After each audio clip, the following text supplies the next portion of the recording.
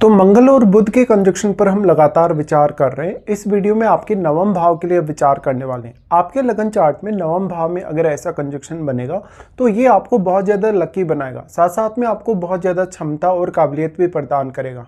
ऐसा जातक जो भी होगा अपने धर्म, अपनी संस्कृति या अपनी कोई भी पर्टिकुलर विचारधारा के प्रति बहुत ज़्यादा रिजिड होगा। हमेशा ऐसा जातक कोई भी कार्य करेगा तो उसमें वो बहुत ज़्यादा लॉजिकली आगे बढ़ेगा। हमेशा वो किसी की भी बात पर या किसी भी तर्क पर बहुत जल्दी विश्वास नहीं करेगा।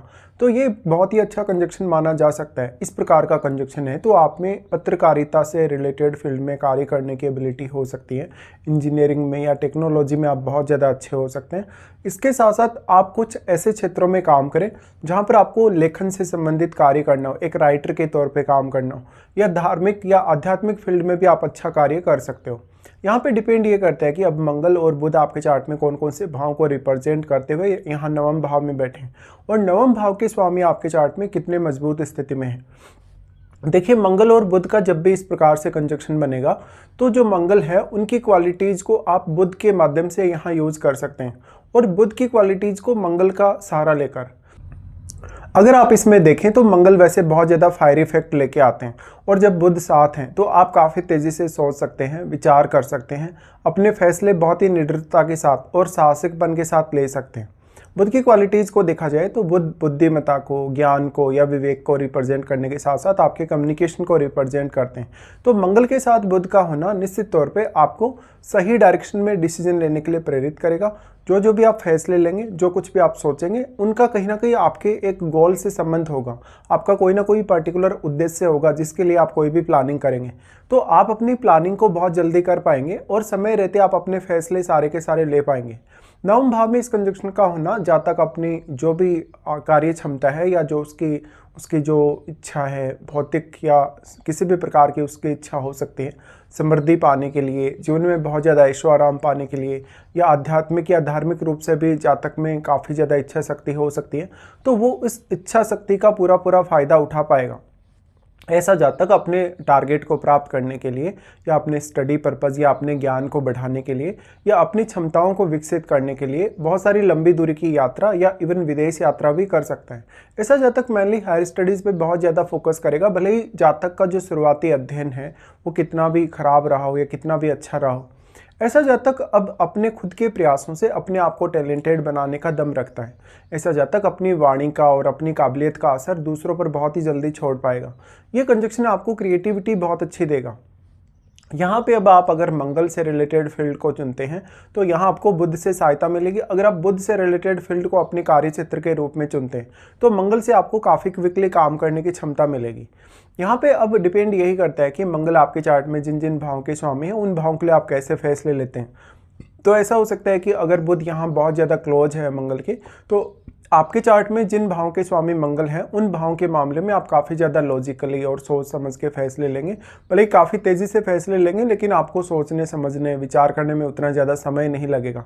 या फिर आप ये भी बोल सकते हैं कि आपके चार्ट में बुध जिन भावों के स्वामी हैं उन भावों के लिए आप काफ़ी ज़्यादा त्वरित रूप से फैसले ले पाएंगे और उन भावों से जुड़ा हुआ कोई भी बड़ा रिस्क अपनी लाइफ में ले पाएंगे।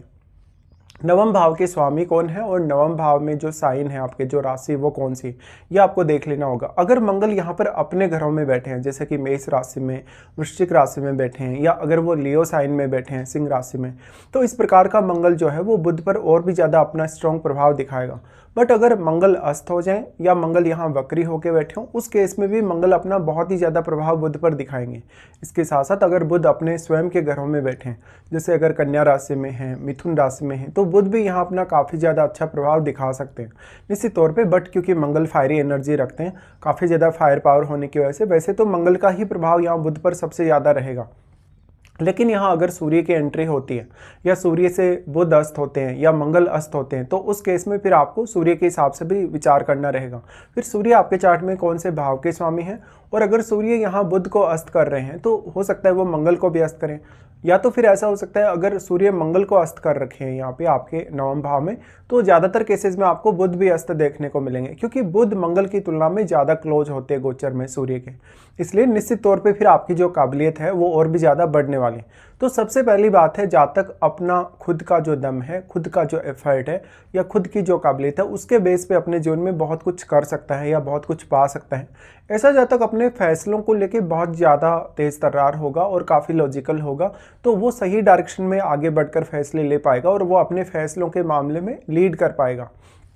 ऐसा जातक तर्क वितर्क करने, बहुत ज़्यादा विचार करने या कोई भी प्रकार से वाद विवाद करने में बहुत ज़्यादा सफल होगा। तो दूसरों पर अपना जो प्रभाव है वो काफ़ी स्ट्रांगली छोड़ पाएगा और दूसरों से अपनी बातें मनवाने में माहिर होगा। ऐसा जातक अपने पिता के साथ कुछ हद तक मतभेद रख सकता है, इवन अपने गुरुजनों के साथ भी। जातक अपनी हायर स्टडीज़ के लिए अपना पूरा दम लगा सकता है। ऐसा जातक अगर कम्युनिकेशन के फील्ड में काम करता हो तो उसको थोड़ा धैर्य रखना होगा, क्योंकि यहाँ मंगल है और मंगल बुध पर अपना फायरी इफेक्ट डाल रहे हैं। तो जातक का जो जुबान है वो कभी कभी फिसल सकता है, या जातक बहुत ही ज़्यादा तेज़ बोलने की कोशिश कर सकता है, तो जो उसकी बातों में जो लय है, उसकी वाणी में जो लय है, वो कभी कभी बिगड़ सकती है। अब ये मंगल और बुध का जो कंजक्शन है आपको बिजनेस करने के लिए भी बहुत ही अच्छा कंजक्शन माना जा सकता है, बट यहाँ बुध जितना ज़्यादा स्ट्रॉन्ग होगा तो तभी आपको इसका सबसे ज़्यादा फायदा मिल पाएगा।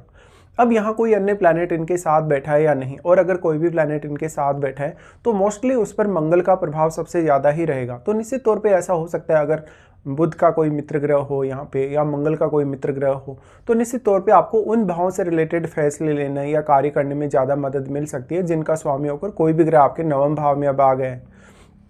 देखिए यहाँ पे अगर दृष्टियों के हिसाब से सोचा जाएगा या विचार किया जाएगा तो मंगल का प्रभाव सबसे पहले आपके 12वें घर पे होगा।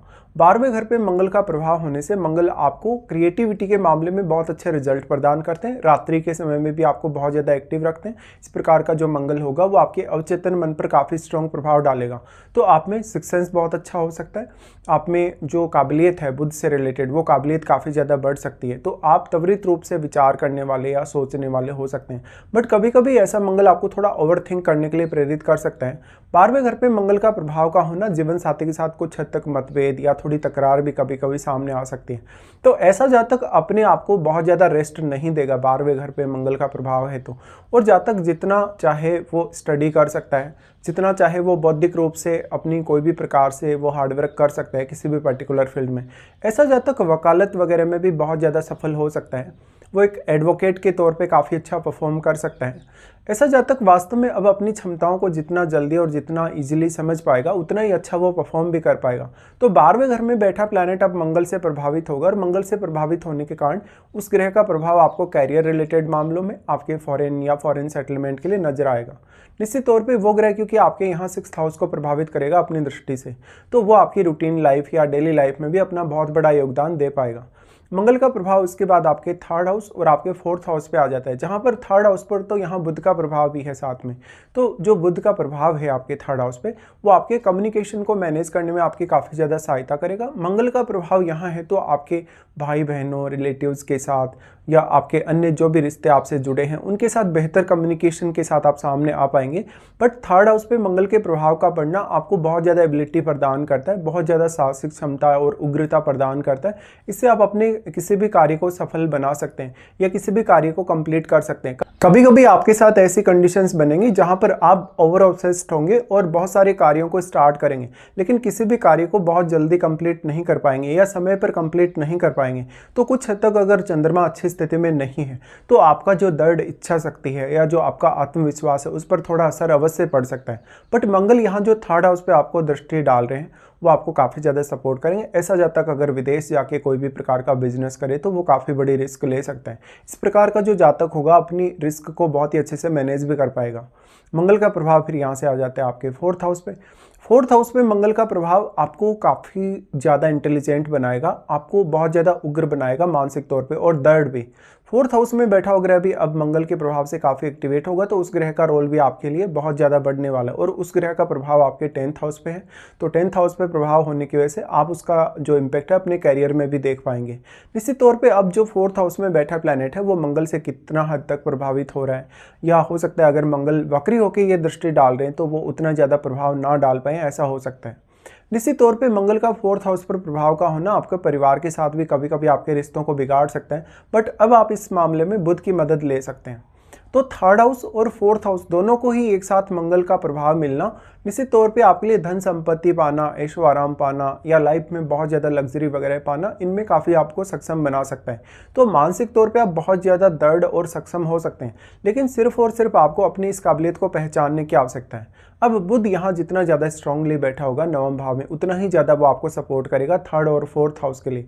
साथ साथ में क्योंकि मंगल की दृष्टि 12th हाउस पे, तो जो मैरिड लाइफ पर आपका नेगेटिव इंपैक्ट जो पड़ेगा मंगल की दृष्टि होने से, कुछ हद तक आप उसको भी बहुत अच्छे से मैनेज कर सकेंगे।